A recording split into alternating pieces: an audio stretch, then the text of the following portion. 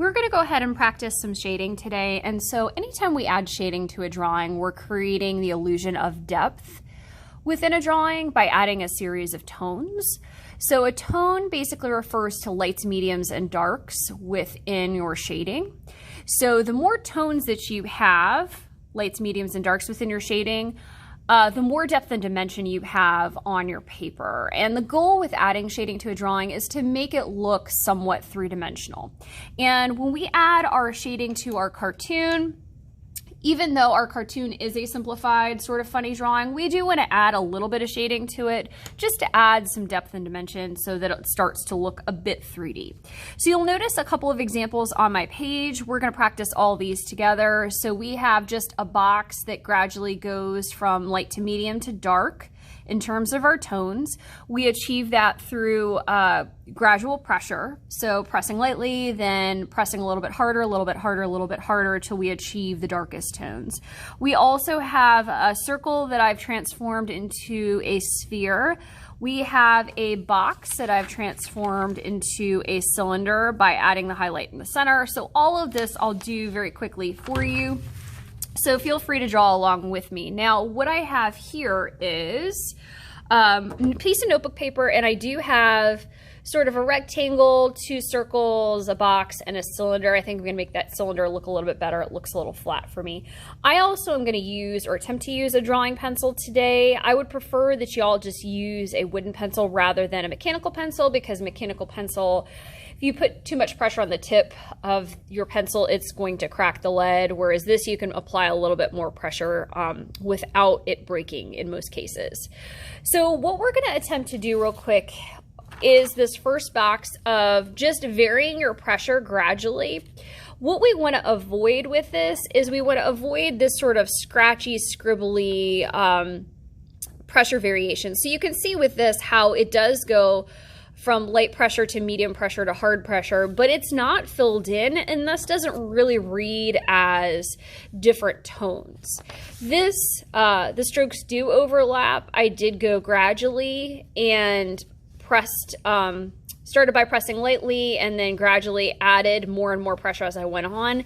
And it definitely reads as some shading here, some depth, some highlight, and some midtone and some shadow. So we're gonna kind of attempt that together. I'm gonna zoom in a little bit, maybe, perhaps. Yes, I will. Okay, so at this point, what I'm going to go ahead and do is I am going to not really use my pencil on the point necessarily, but use it a little bit more on its side. And I'm going to hope that the hardest tone I think for me to achieve is the lightest, especially when I'm talking to you. So let's see if we can get this going on.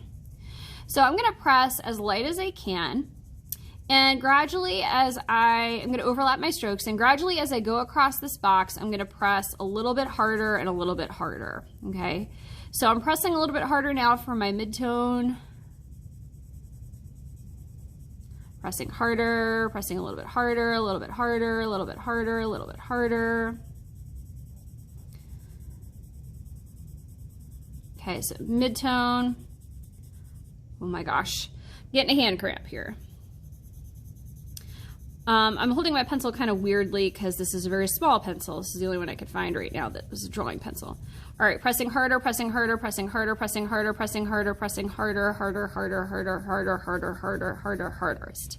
Okay, so you can see how I have a variety of tones here with lights, medium light pressure, medium hard pressure, and hardest pressure. And so it goes gradually from light to dark.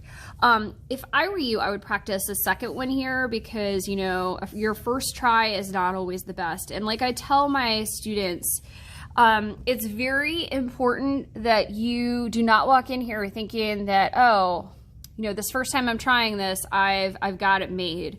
No, this is going to require a lot of practice. Okay. So, expect to not get it on the first try and expect to have to practice it in order to achieve that more realistic quality to our drawing.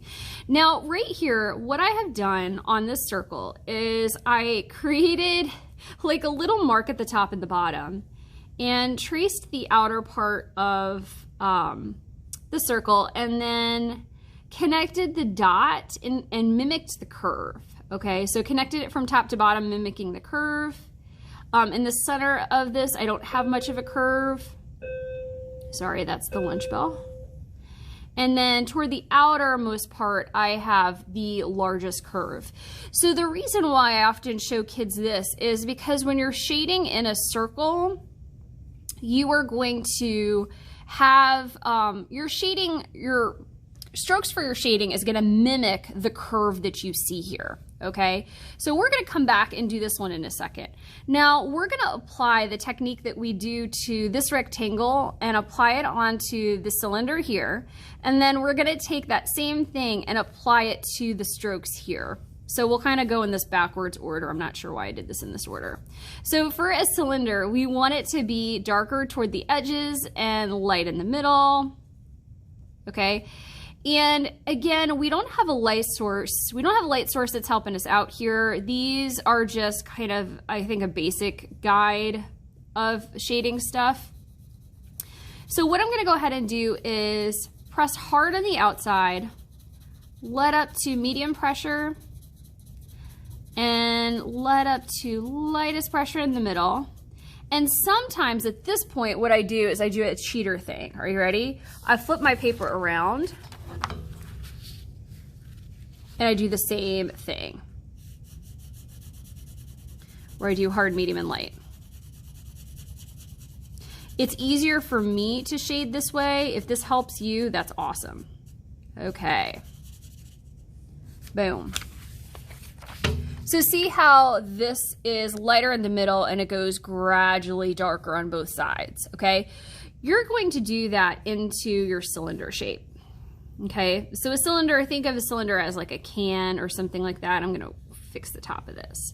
So basically you create two parallel lines, kind of dip the bottom down, dip this top down to mimic this curve here, and then pop this top up a little bit. I'm going to do this exact same technique here. Okay, so it's going to be light, or sorry, it's going to be dark, light in the middle, and dark on the outside. And I think I'm going to do the paper flip halfway through because I'm feeling lazy today.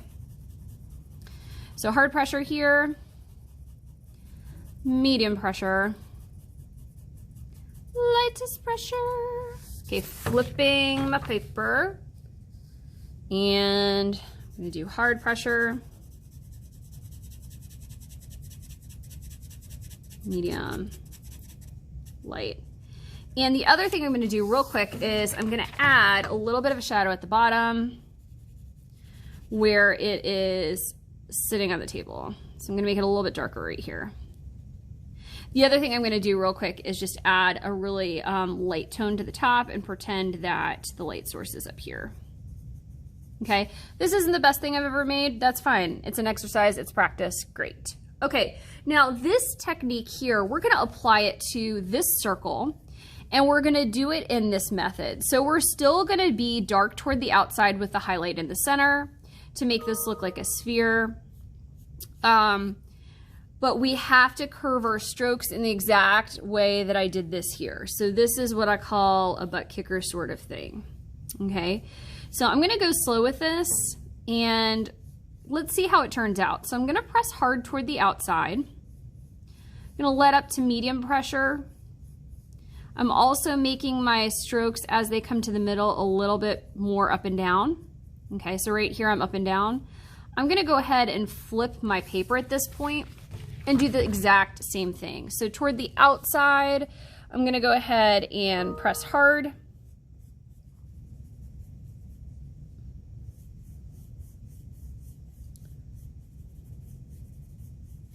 And I'm going to let up to medium pressure and lightest pressure in the middle. Now sometimes when kids do this, they end up with like a bald patch on the top and the bottom. You can fill that in, and I would actually go over the shading a little bit more toward the edges just to make it darker. And then you have something that looks like a very basic sphere, okay? And this is a sphere without a light source and a harsh shadow. So this is just us making it up, which is more than fine for what we're doing. So these are just some really quick shading exercises where you're taking basic shapes and turning them into form forms which look a little bit three-dimensional through the use of tones, right? So lights, mediums, and darks, which are determined by how hard you press with your pencil and how much you fill it in.